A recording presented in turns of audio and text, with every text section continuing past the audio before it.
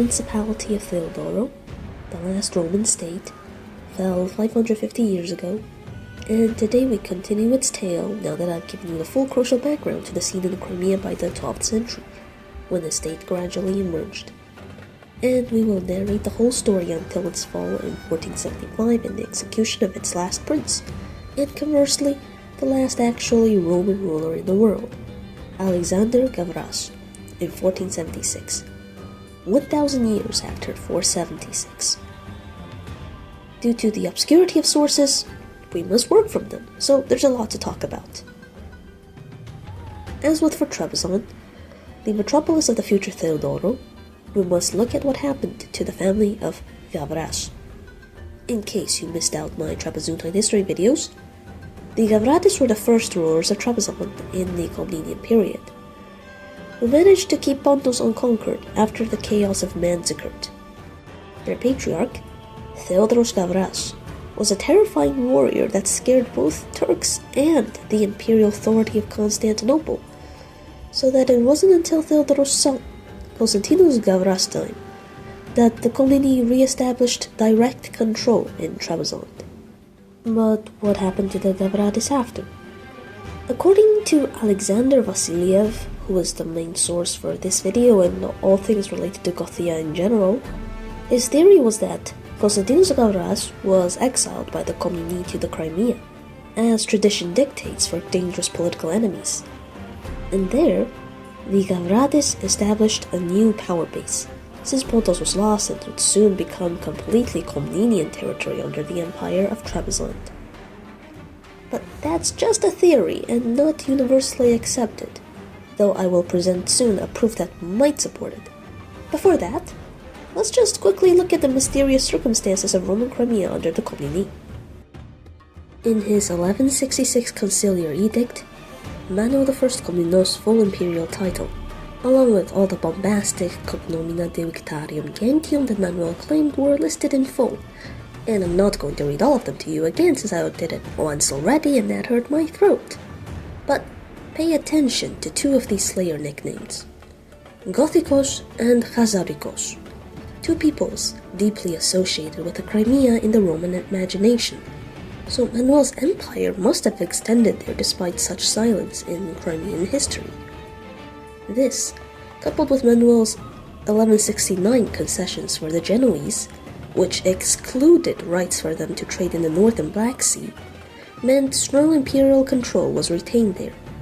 So, the southern Crimea did return to Roman power. It was lost forever not with the Fourth Crusade, but already before, in the 1190s, if we examine again trade treaties between the Angeli emperors and the Italians. Under Isaakios II, in 1192, Manuel's privileges were reconfirmed, but in 1198, Alexios III's privileges for the Venetians make no mention of the Crimea. Those were the years in which Gothia slipped again from Roman hands until the Trapezuntine Komneni came. When Alexios and David Megas Komnenos built their empire in 1204, they managed to make the Crimea, which they called Perateia, their transmarine province, a tributary of Trebizond. And it was a crucial possession of Trebizond that Alexios' successor, Emperor Andronikos I Gidos, went to a major war over.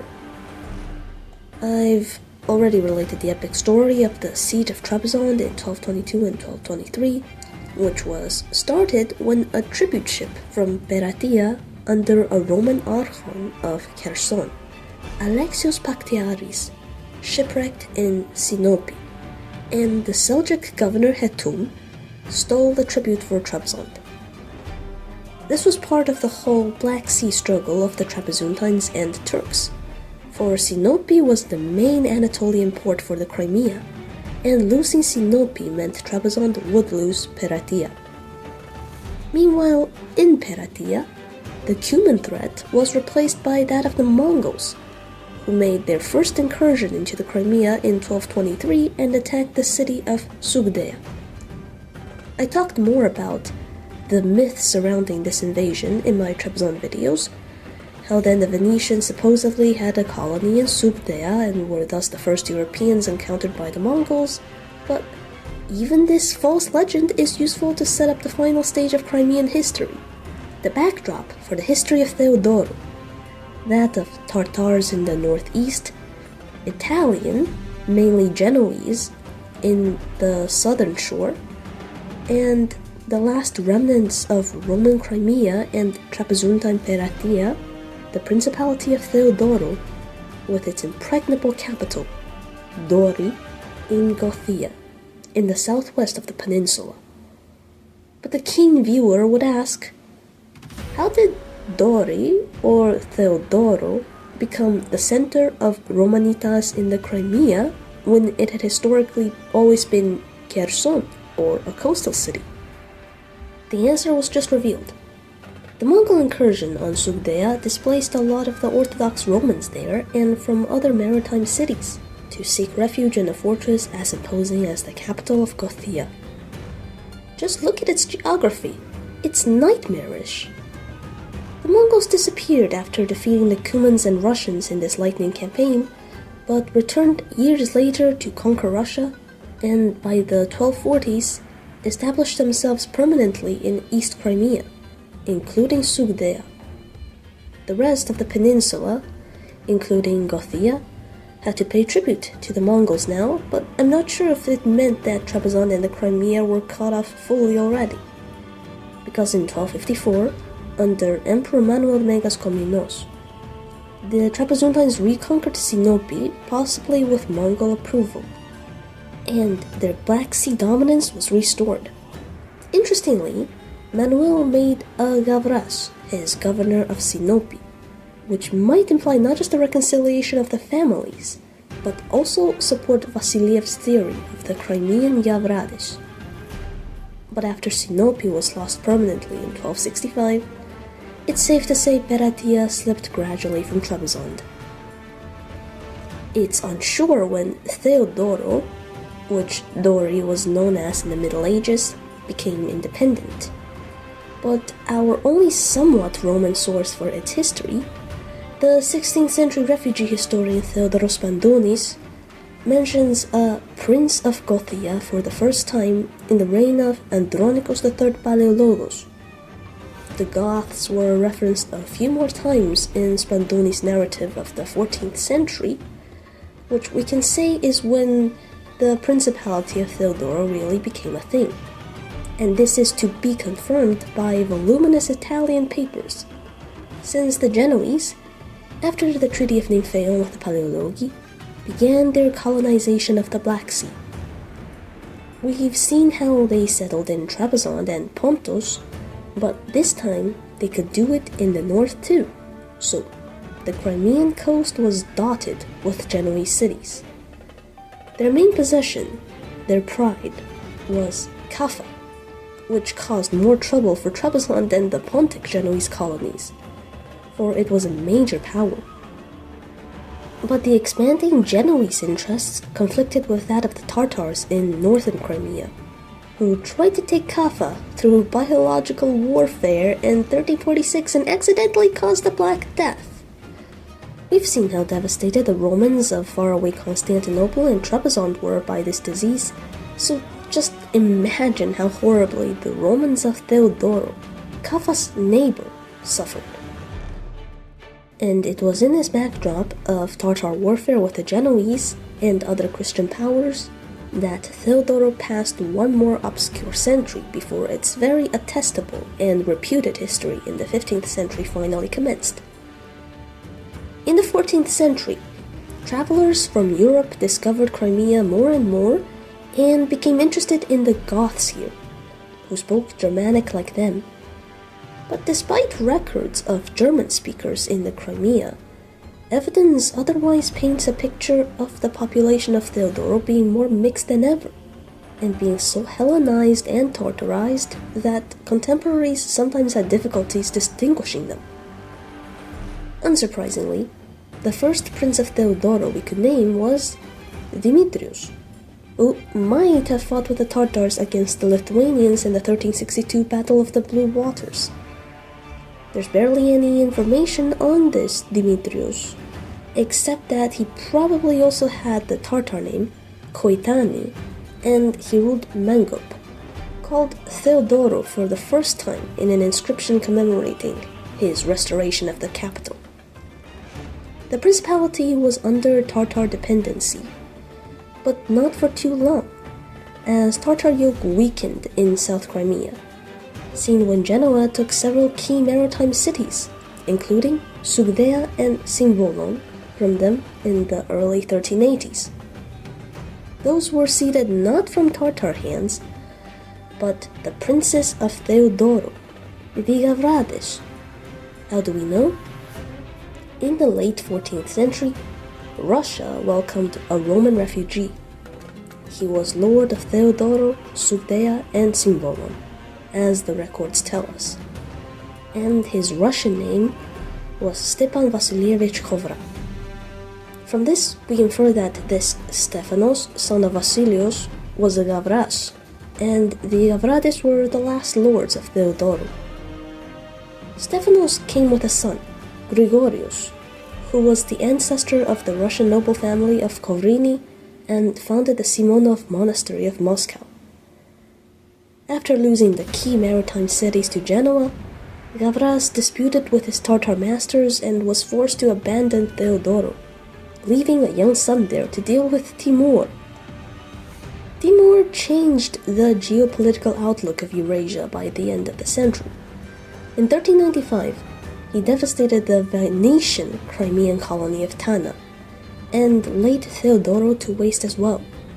We know this from a unique poem by the Constantinopolitan monk, Mattheos of Khazaria, who was sent to the Crimea that year and left a verse recording the beauties of Theodoro despite the recent calamity, in form of a dialogue between the city and himself. It's beautiful literature, but I'll skip to its historical significance. From Mattheos, we learn that Theodoro had splendid churches and sculptures, as well as natural beauties able to impress a Roman from the Queen of Cities, even in ruins. And Mattheos tells us that the city was occupied by Timurids for 9 years, until Timur's death in 1404. The city was at its low point in 1400. A decade of Timurid destruction and abandonment by its ruler might signal the end of any other polity, but not a Roman one. The first half of the 15th century saw the Theodorite state peak, for they embodied the Roman spirit of springing back to life every time death calls. It rose again from the literal ashes Timur left it in, and revived not as a Crimean nobody, but a respected international power, a crucial element of Black Sea politics. And all this happened in one generation, under the young son of Stephanos, a most remarkable prince called Alexios. Alexios Gabras was the greatest and longest ruling lord of Theodoro. He was already in Russian records about his father Stephanos, who fled around 1391, so if he assumed power already that early, he'd have reigned for over 50 years, making him the longest ruling Roman ruler ever? But from an inscription from the princely palace that Alexios would build, dated to 1403, this is the earliest certain date we could be sure that he was on the throne. He would start from scratch, rebuild everything the Timurids destroyed, from the great basilica to the palaces of Theodoro, and go beyond as the most prolific builder Gothia ever knew, erecting 10 new border forts, among many others. He inherited from his father a kingdom of dust and left it in marble, literally, with all his building projects, and for his energetic and expansionist policies. In the post-Timurid Crimea, he had to contend with two neighbors, the new Khanate of Crimea, who was a friend of Theodoro, allied against their mutual rival, Kaffa, and the Genoese colonies. Alexios was locked into an intense conflict with the Genoese for access to the southern Crimean seashore his entire reign. In 1411, the Genoese mention him in their documents for the first time, and certainly not for the last. They sent the prince an expensive gift, and this appeasement continued until the early 1420s, before war broke out in 1422. when the Genoese were found rushing to provide for the defense of Cimbolon, which they took from Theodoro years before. The reconquest of this critical port was the focal point of Alexios' time as a ruler. In 1423, Genoese documents reveal the frenzy of preparations they made for their navy and army against their boogeyman Alexios, who wasn't idle either, and constructed his greatest fortress, Funna, on the eastern border of Theodoro with Kaffa's domain. The Theodorites took Cimbolon briefly before a Genoese, Pietro Mainerio, retook it and was rewarded in 1424.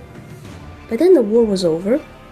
Uneasy peace existed between Genoa and Theodoro for a few years, but the enmity remained.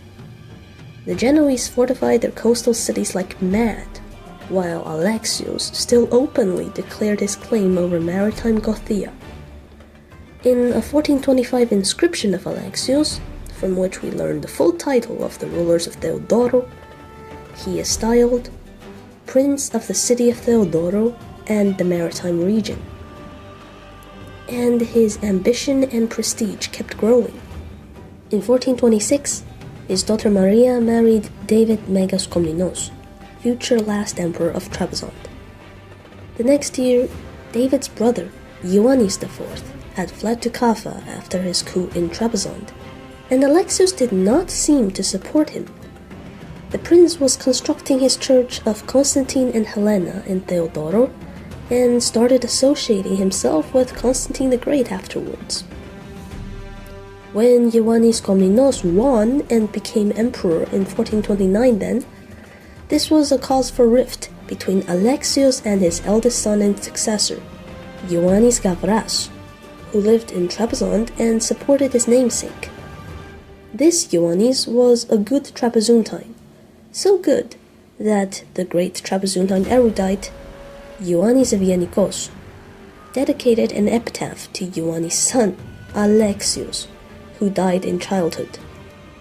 In it, however, praises were first lavished on baby Alexios' grandfather, Prince Alexios, whose reputation just kept growing, so that when Venice warred with Genoa in the 1430s, they asked Alexios to help them, and both parties allied in 1432. Theodoro resumed its fight for Cimbolon in 1433, capturing it. The Genoese immediately chose a captain, Carolo Lomellino, who led his fleet against Roman Cimbolon in 1434 and retook the city with a ruse. He had to fight Olobei, Alexios' younger son, who defended the city and received succession to the principality, apparently, over Ioannis. Olobei was a rare Roman that Lomellino showed mercy to in his bloody campaign. After his slaughter at Cimbolon, he took and burned Calamita, a coastal fortress Alexios did have. The arrogant Genoese then turned to punish the Tartars for helping Alexios, but were utterly crushed. The war dragged on. There was a Genoese raid in 1438. In 1441, peace in Crimea came after the Italians reconciled in Italy.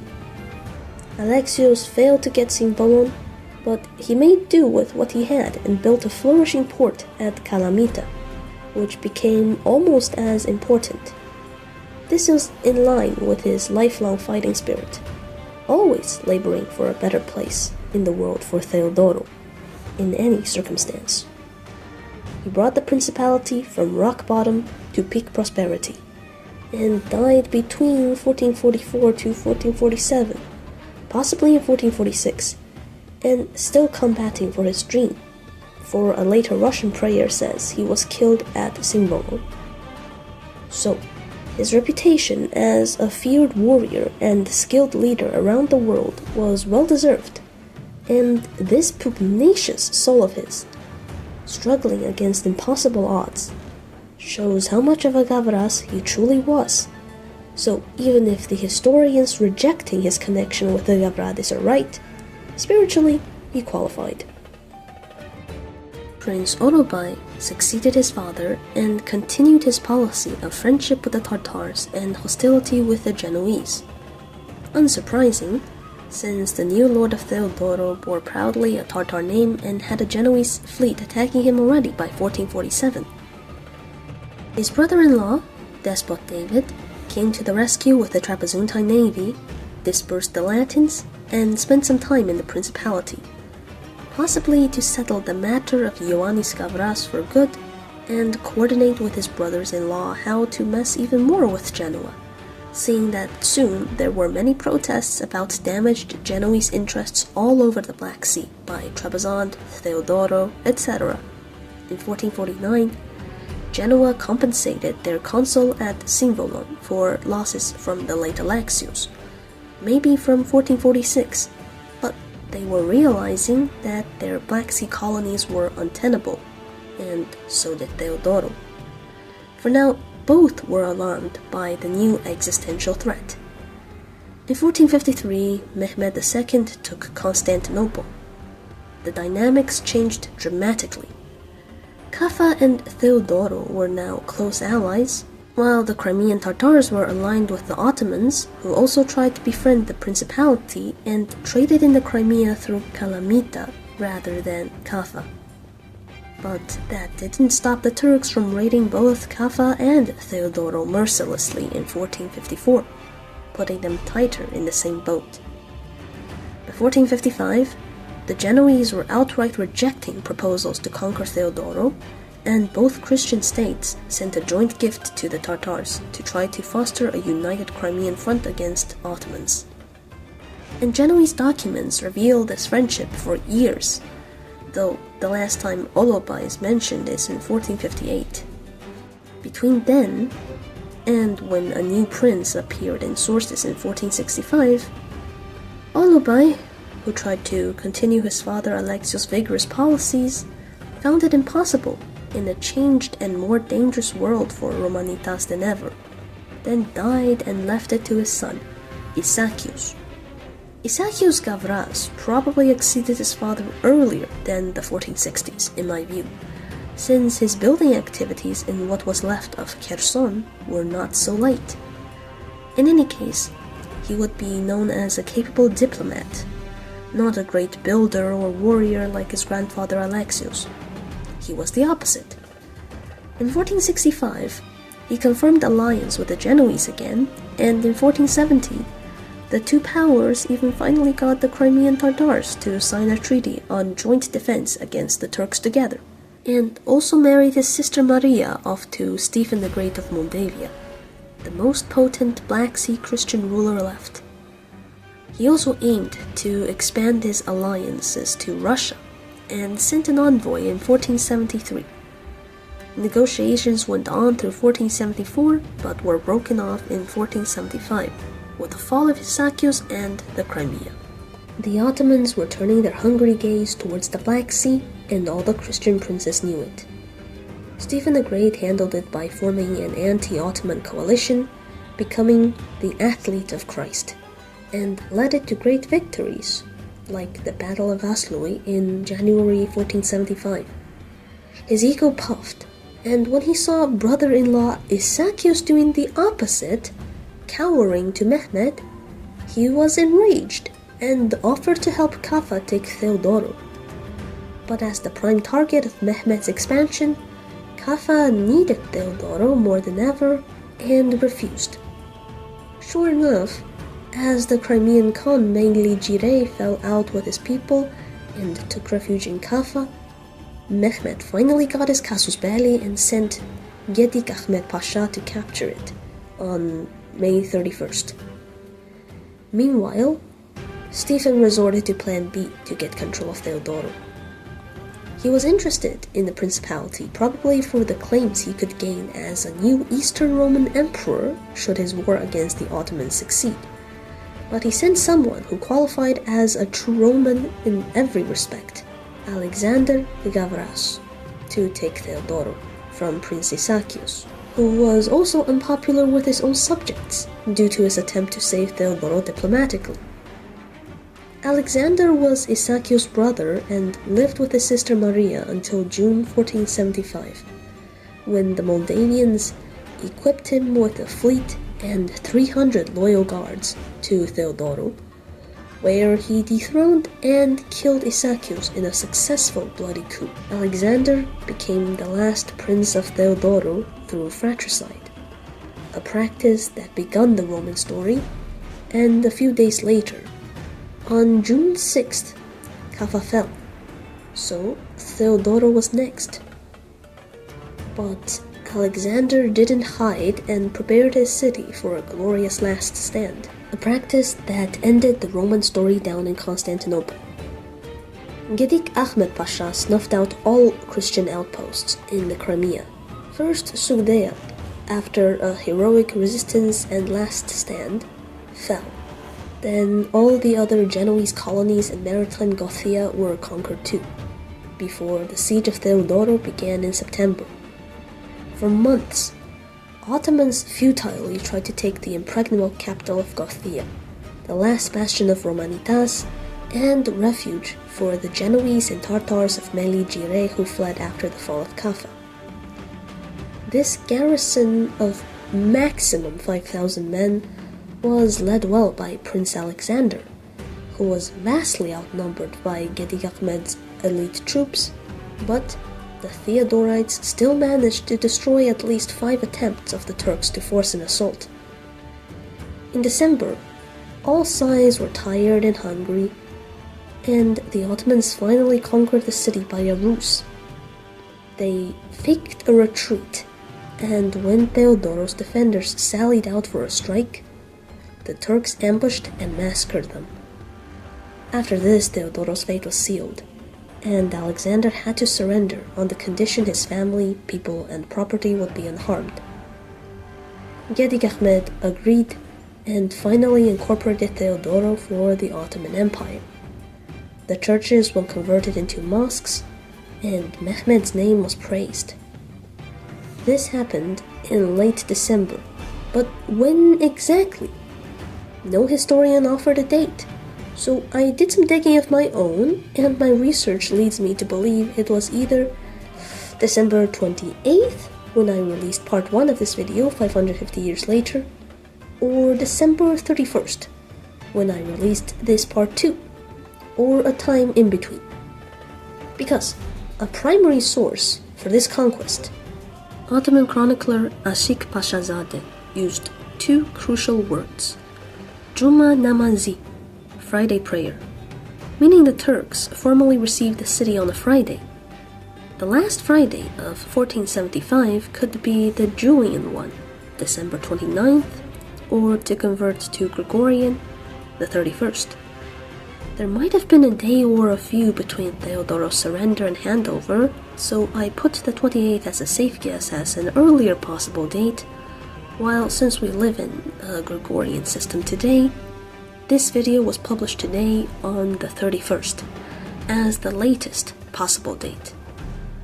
I'd like to thank my wonderful Turkish friends for helping me with this hard Ottoman text.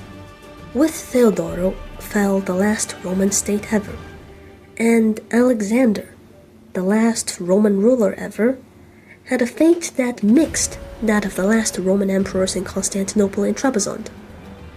Like Constantinos Palaiologos, he defended his city honorably until the end for a considerable time against a superior Ottoman force. But like David Megas Komnenos, he also surrendered at last to save his people, and was sent to Mehmed in Constantinople, where, according to Spandunis, the Sultan heeded his Pasha's promise of safety and executed the prince in 1476. Alexander Gabras, in Ultimus Romanorum, perished 1,000 years after 476. His young son was forced to become a Turk, and historians identify him with the Ottoman prince of Mangup, Olobei, sent as Sultan Selim's envoy to the Russians in 1512. Another such prince showed up in 1522 as Suleiman the Magnificent's Russian envoy, named Skinder, i.e. Alexander. These two probably were just Turkified members of Theodoro's princely family, now Ottoman regional governors of Mangup, the new name of their city. Here, the population retained their Orthodox Christian faith and the Greek language of their ancestors, as well as Gothic, if contemporary European scholars are trustworthy. And a metropolitan of Gothia continued tending to the Crimean Roman Gothic flock that remained, despite the past centers of both civilizations, Kherson, Sugdea, and Theodoro, being in ruins by the late 18th century. The last metropolitan of Gothia was the Greek priest Ignatius, who, as part of Russian Empress Catherine the Great's imperialistic ambitions, founded the city of Mariupol and migrated Crimean Christians there. The descendants of the last Crimean Goths and Romans were dispersed for good, and after Ignatius died in 1786, even the distant memory of Gothia disappeared with his title. The Gothic and Roman migrants were fully incorporated into Russian ecclesiastical structure soon. Gothia and Romania vanished at last. And that was the full story of Gothia and the Principality of Theodoro, the last Roman state. Thank you for watching. And now all that needs to be covered about Eastern Roman history has been covered. I'll be switching up the content for this channel a little. My work on historical narration is done, and it took me years, so I require a sabbatical too. I sincerely thank every viewer, every supporter, and especially my generous patrons. Dragon Lord, Rovea Game Projects, Cody Danroth, Tiropita Productions, Francis Morin, Patrick Gampo, Kiasik, and Alexandros Sideris. Thank you all, everyone.